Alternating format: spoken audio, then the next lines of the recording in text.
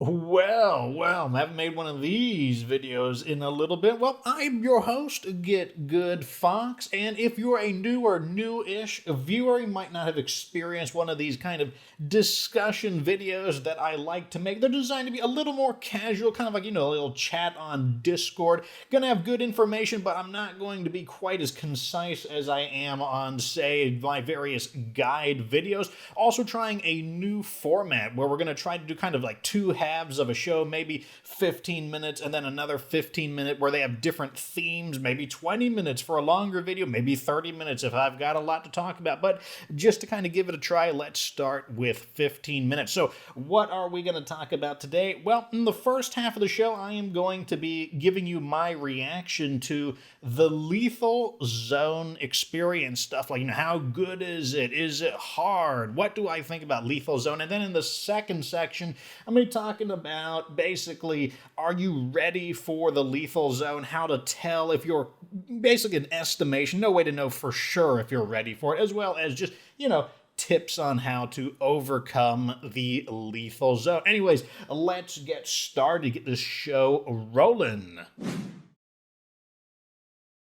Okie dokes then, got my show notes at the ready. Got to stay a little bit on topic. So our first bullet point is, how hard is the Lethal Zone? After all, Undead Labs, they did call this the ultra hardcore difficulty, and right off the bat I'm going to tell you that that is definitely hyperbolic, especially if we go by the dictionary definition of ultra, which basically refers to something being like excessively so, cranking things up to 11. So it's not just hardcore, it's excessively hardcore. It definitely is not excessively. So it's also hard though. I would say Lethal Zone on a scale of 10, I don't know, I'd probably give it like a 7. That's not without me really sitting down to think about it, but just kind of like right off the top of my head, I'd give it like a 7. And that's because, well, I didn't die, and I did basically the thing that Undead Labs said, oh, you wouldn't want to do this. You wouldn't want to start with a fresh community, and you wouldn't want to like not use the DLC and like bring everything that you've got. Well, I did all that, and on my first try, so least amount of experience, so no idea what to expect from the Lethal Zone, and nobody died. So yeah, and then I did the second one. Well, I mean, I had the assistance of DLC, but so even without using the pyro launcher in the first Lethal Zone season, yeah, no deaths or anything like that. So ultra hardcore? Definitely not. I would basically describe Lethal Zone as more like Nightmare Zone 2. And I say that because it's not to say that Lethal Zone isn't a jump in difficulty. Like Blood Ferals, they do change up the game a good bit, and there's definitely things that you notice, but the issue is that once you start getting comfortable with the Nightmare Zone, you kind of like crack the code of State of Decay. And by that, I mean, you basically understand how the game works, what are the weak points of the game, and basically like how you can avoid what the game is good at and how you can like stab into like the weaker areas of the game. And even when they increase the difficulty to Lethal Zone, those lessons in the Nightmare Zone allow you to overcome it. And I'll be talking about some of those things in the second half of the show. But really, what this tells me is that State of Decay is mostly a knowledge-based game. It's not really a skill-based game. It is skill. Like let's not go too crazy on my selection of words there. It is a skill-based game, but I'm talking about specifically mechanical skill. And I can use myself as a good example. Like, I don't have especially good aim with guns, and that's because I don't play competitive shooters really at all. In the past I have, but as a result, there is nothing pushing me to have better aim. So I would say I have the aim of the average casual. That's probably, you're not. It's probably selling me too short. I probably have the accuracy of the average player. And, well, turns out having the accuracy of the average player is good enough for the lethal zone. In other words, I don't need to have the super shot 70% or better accuracy of like a professional esports Halo or Call of Duty player.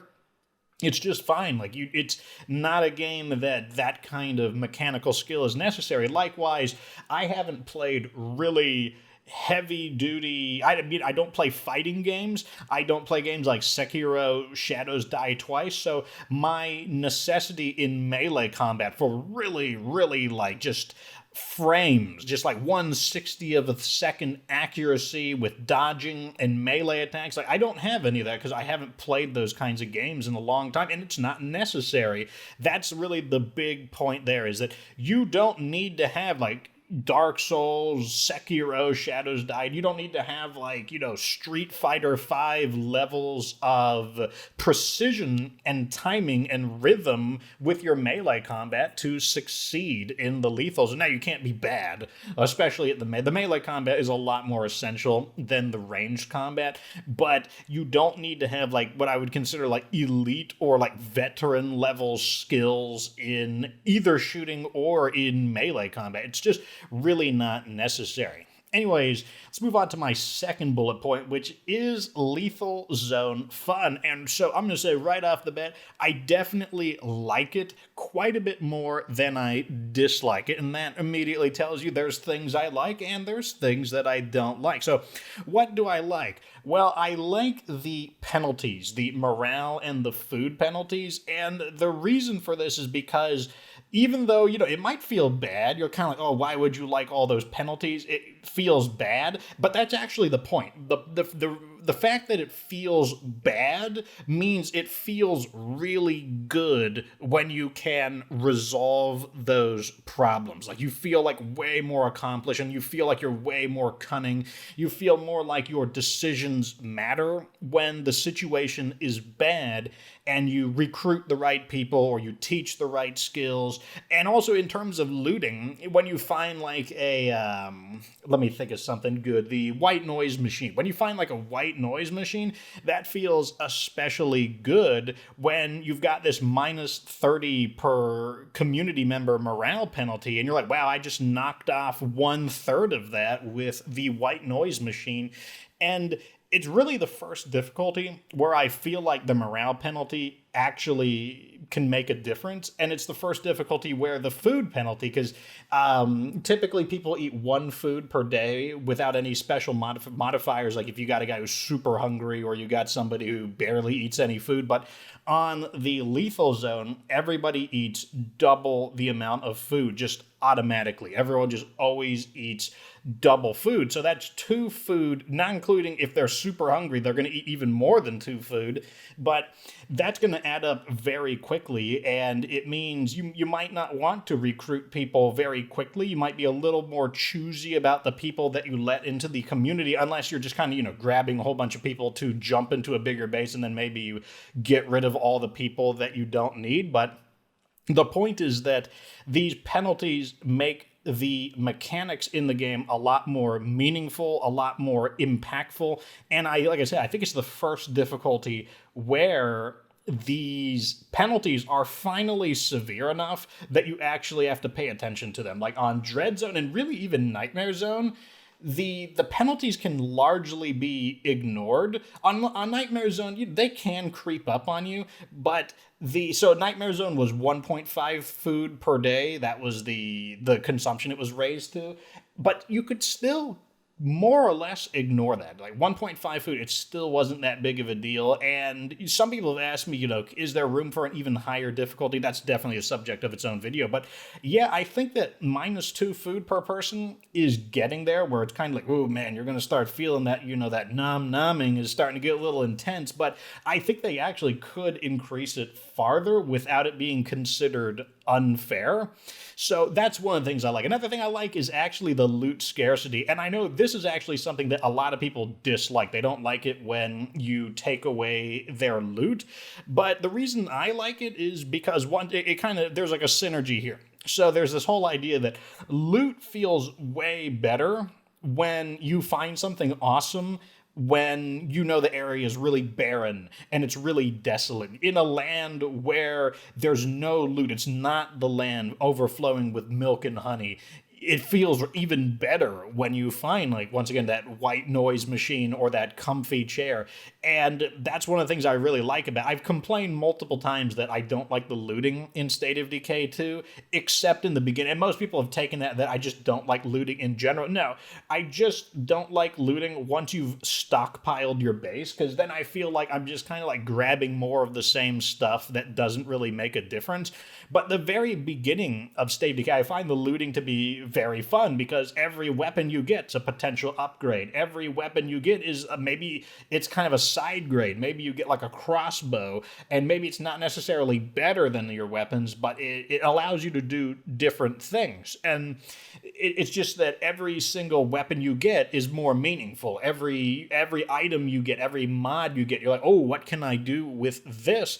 Another reason I like the loot scarcity is because it makes the trading system, it makes establishing allies, it makes all of that even more meaningful. And also just knowing where stuff is on the map, just all of that just becomes much more exaggerated. At first, I was actually a little bit worried that there wouldn't be enough loot. Maybe I'd have to refresh the map. But really, when there is very little, or really, there's actually quite a bit of loot. It's just not the kind of loot you're thinking of. There's not a lot of rucksacks on the map, but there's tons of just stuff that you can sell, and you get your rucksacks through trading. And I find that to be really engaging, just because, once again, even your allies, they're kind of like their own treasure chest, because you don't really know what they're going to have, and each day when they reset, oh, who knows, they might have something interesting.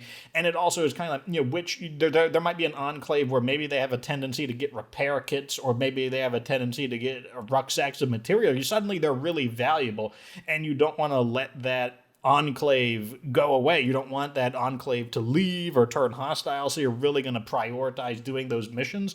And once again, it just makes the mechanics a lot more meaningful. And at the end of the day, there was still more than enough loot for me to get the job done on a fresh start without me bringing no imported characters. I didn't bring anything in. I just used whatever was on the map, and I was able to get through it. So I still think that, although, yeah, you definitely notice, I think it's something like 70% of buildings are pre-looted, and it might seem like it feels bad, and it probably does feel bad, but once again, if it feels bad, then it means that it just feels even better when you find the really good loot, and you feel way more cunning when you lock out these awesome trade deals and start getting all the stuff that you need. It also means that, when you start finding, it's also really rewarding when you find weapons that oh, this weapon, it might scrap for 20 parts, but it sells for 85 influence. It just makes you feel really wrinkly brain. You're just like, super smart. So, what do I dislike? There's really only two things that I dislike, and the first one is there's just too many plague hearts, and it's not that killing the plague hearts is really hard or anything, so it's not like, oh god, Fox is such a pleb, it's like, it's too difficult. No, it's just boring. I found that, so I've gone through 2 seasons now, and that's the part where I really start getting unengaged with the game. I start getting like, oh man, this is just really tiring.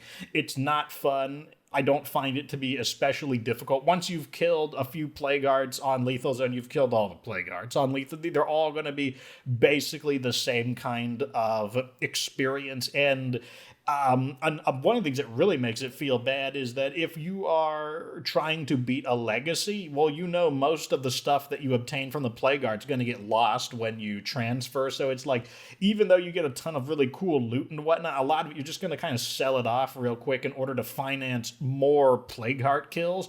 So I just think it's too many. I mean, I get the idea that it's supposed to be this is the final thing. Like, it's the most difficult thing ever. It's supposed to be like, they called it like the one chip challenge, referring to Pocky's Reaper chip that's super spicy, but maybe it is, but it's like super boring. It's really not that awesome of an experience. It definitely doesn't make me feel like I'm the State of Decay god for doing it on Lethal Zone. It's like, it just gets really dull. And I mean, I especially notice it from the perspective of a content creator because, it's my job to be, try to be lively, try to be upbeat. It's really tough to be upbeat sometimes because I'm just like, oh boy, here we go again.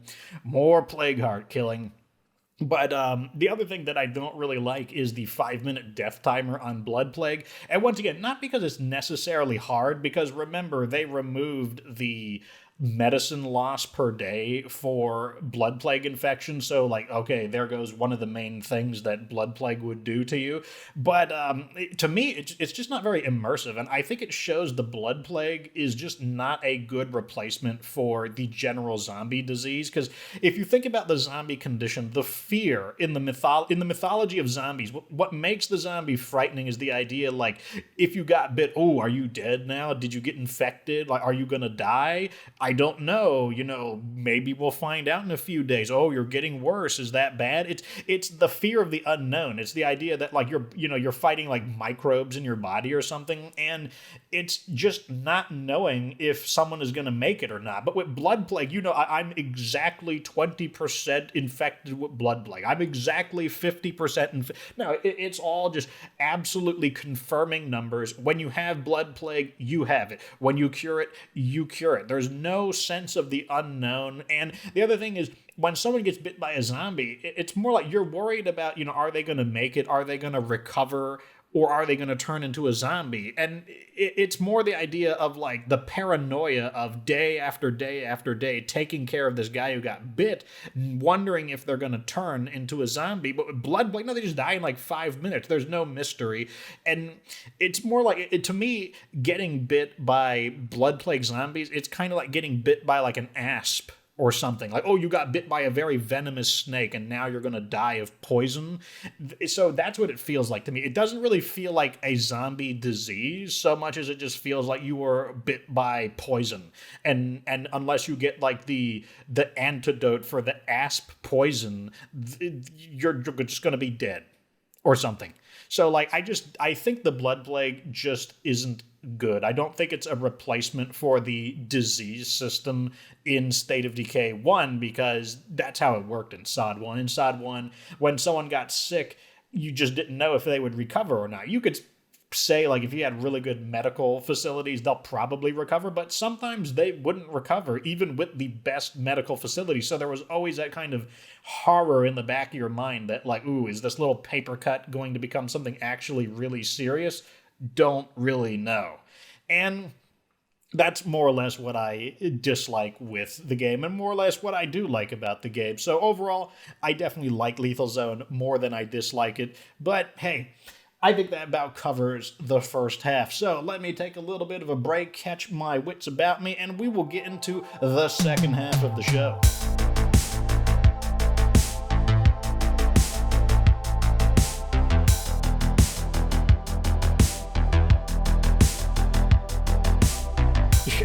Something that always gets me is whenever I hear that little song that I use as an interlude, I always forget that I wrote that. When I'm like, that doesn't even sound that bad. Like, oh, wait, I wrote that? I kind of forgot. Yeah, I did a few tutorials, and I whipped that up as something to use on my channel. So, we'll get, like, copyright struck because, you use these. But, yeah, just goes to show you'd be surprised what you're capable of if you actually put your mind to it. And really, that's kind of the theme of the second half of the show, because you might be surprised at what you're capable of in State of Decay 2 Lethal Zone if you know a few specific techniques, if you know a few things. But really, the real question are, what are the benchmarks? How do you know if you're ready for Lethal Zone? Now, there's no way to be absolutely sure if you're ready for Lethal Zone. And the same thing is, if you go in and you get your butt blasted in Lethal Zone, that doesn't mean that you're not ready.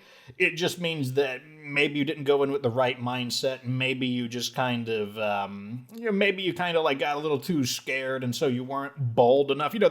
There is such a thing as playing too defensively as well as playing too aggressively. You're always looking not necessarily to find a balance in the sense of being right in the middle. You just need to kind of shift back and forth like a wave. Like, there's times to be very bold, and then there's times to be very cautious. And that's kind of a gamer instinct that you'll develop over time. But here are some of the sort of benchmarks. So what you want to be able to do is play Nightmare Zone from scratch. And that means no DLC, fresh start, no character imports, so no things like Red Talon, no things like imported weapons, obviously no hacked weapons. Basically, just start with nothing but whatever characters you can randomly flip through, and you need to be able to get through one fresh Nightmare Zone with anywhere between 0 and 2 deaths. If you can do that, because if you can get through Nightmare Zone and you lose 10 people, well, that's an indicator that good, you got through Nightmare Zone. That is good, but it tells me that you need to probably refine your caution and maybe your sense of danger, probably getting into too many bad situations that are avoidable. That's one of the big keys.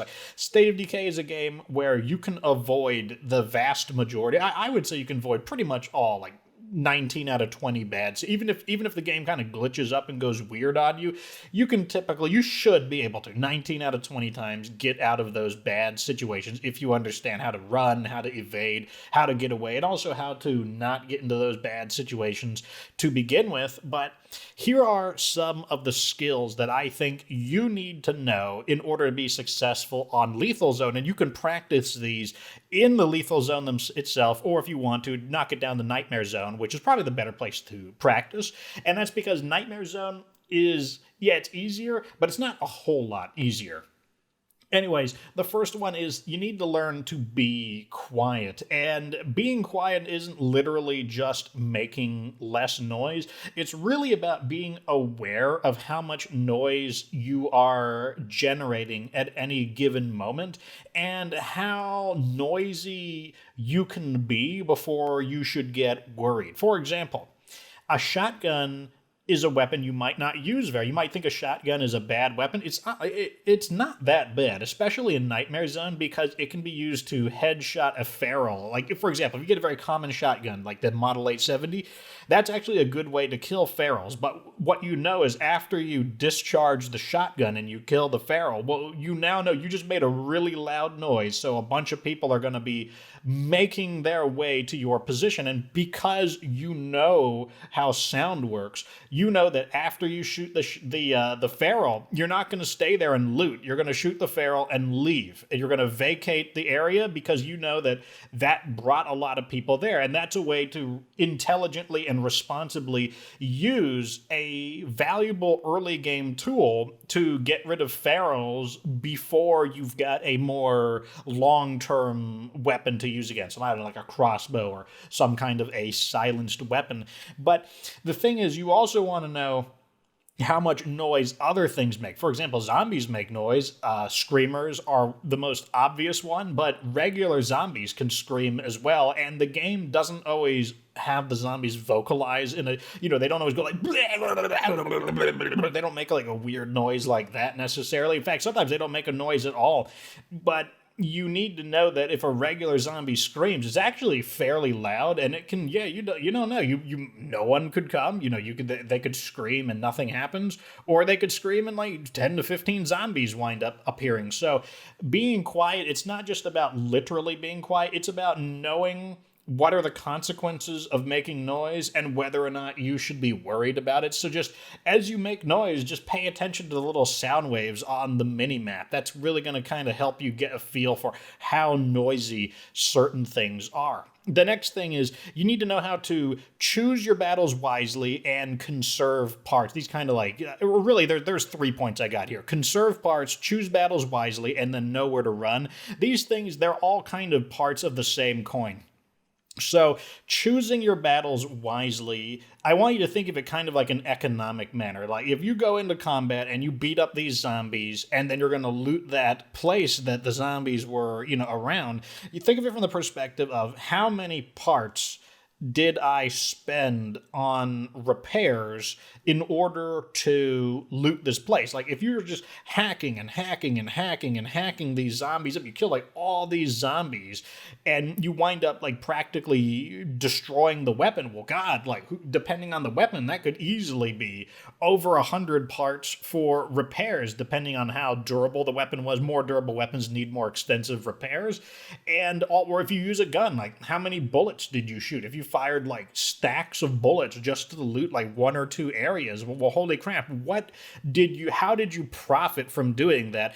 And choosing your battles, it also implies that you have the ability to choose, like, and that's part of where being like a lot of these have something to do with it. Like if you're quiet, you can choose to engage in battle, or you can choose to not engage in battle. If you are in your car and you're staying in your car, like once you get out of your car, you're not necessarily committed to the battle, but you're more committed than when you're in the car, you can just drive away. So a really big part of the game is just don't fight every single thing that you see. You do need to fight things in order to level up your fighting skill, level up your shooting skill. But you need to think of it from the perspective of how much resource am I going to expend versus how much I'm going to gain in the form of loot or in the form of character EXP. So, and these are some of the ways that you would conserve parts. Some other ways you conserve parts is knowing how to do the rear zombie grab. Like if you use dash, if you use the dodge ability, you can path through certain things. You can't path through everything. For example, you cannot path through a juggernaut, but you can dodge through a zombie. You'll go right through them like you're a ghost, and then you can grab them from behind and just perform a rear execution. It takes a little while to do, and that makes you vulnerable. So you wouldn't want to do this if you're surrounded by like 10 zombies. But if you're just fighting one zombie here, one zombie there, yeah, you just do that, and it allows you to kill the zombie without expending any parts from destroying the zombie or shooting the zombie. So there's just all these different ways that you can conserve parts. You can use crossbows because crossbows allow you to recycle the arrows, and that conserves your ammunition. So it's not just parts. There's a lot of things you want to conserve, but you just want to think like, what are all the ways that you can use to conserve parts? Like you can use indestructible weaponry, like a bolt action rifle, just put a professional or an advanced silencer on it. And yes, you're shooting the bullet, so you are going to lose a bit of ammo, but you don't have to spend money on you don't have to spend parts on the repairs. Or you can use close combat, get the close combat skill, because close combat weapons are indestructible. You never have to repair them. Same with driving is a good way to lose parts. Like if you're just crashing into zombies all the time, well, maybe just drive a little more cautiously. If you need to run over zombies, back into them because you don't have to repair the engine if you are backing into the zombies. And then this once again goes back into like choosing your battles wisely is knowing when to run. You don't just want to run because you're in danger.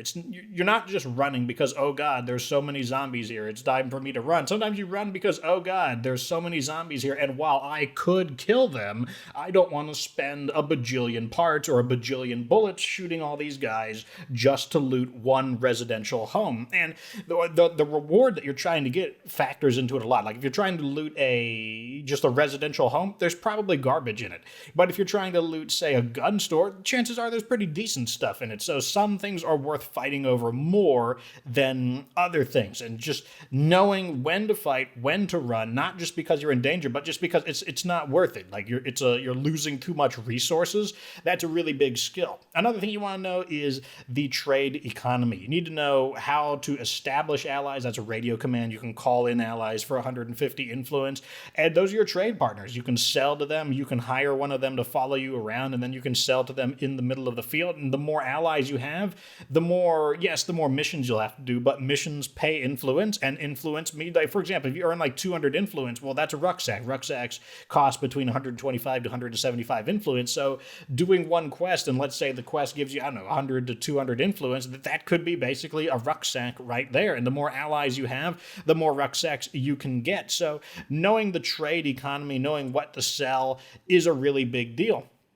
Another big thing you'd want to know for Lethal Zone is how to destroy Plague Hearts with C4. Remember, to build C4, you need to have knowledge of munitions, which is a chemistry skill, and then you need to have knowledge of electronics, which is a computer skill. And I say this, there's many ways to kill a C4. There's many ways to kill a Plague Heart, but I think C4 and heavy weapons are just kind of a really reliable way to really, it's a way that can be replicated. You've seen me do it many times, and yeah, you can definitely do it yourself. And I think the results are pretty good.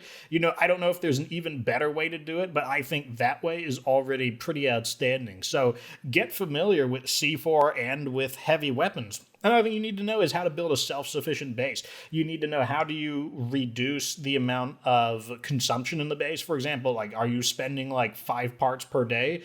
Get a staging area that completely removes your parts lost per, or not parts, materials. If you lose like 5 materials per day, staging area removes it. You know, what's the difference between a garden, a hydroponics, and a farm, and how do you max them all out? Do you know how to get a level 3 farm? Do you know how to get a level 3 garden? Knowing these things, those are going to help you with your food, and also, you know, like outposting, choosing your outposts in order to make your base more sustainable. That's going to really reduce the pressure for you to go out into the dangerous world to loot. So those are some of the things that I think you need to know, kind of just like stuff you could practice. And notice that none of these really have to do with combat skills, and that's because, once again, you don't need to be the super shot sniper that's like 70% top tier accuracy, whatever, like was considered a high level of accuracy. You don't need to be the Sekiro Shadows Die Twice master to beat Lethal Zone. Lastly, just to kind of give you some basic tips, one of them is gain your standing slowly. Standing is what you get whenever you complete a quest or whenever you kill zombies, especially freak zombies. Try not to gain standing, especially on a fresh community, because the more standing you get, the more the game ramps up in difficulty in terms of density of zombies. You know, maybe you got hordes of like 5 to 7. Well, once your standing gets going, there's going to be hordes everywhere, and they might have 10 to 15 zombies in the horde. You're going to get, in the beginning, maybe you only fight one feral at a time, but once your standing gets going, that's when the feral triples wind up showing. So be careful how you gain your standing. Like, don't, especially because zombies are barely worth any influence on Nightmare and Lethal Zone. So like, just because you see a screamer, don't kill it unless there's a reason to. Like, don't generate more standing than is necessary. Another thing you want to do is be picky with your recruits. Remember that there's a big morale penalty for every guy you bring in, big food eating penalty. So don't bring people in unless they actually have something to offer you, unless you're trying to jump into a bigger base, and then you can kick them out once you jump into that bigger base.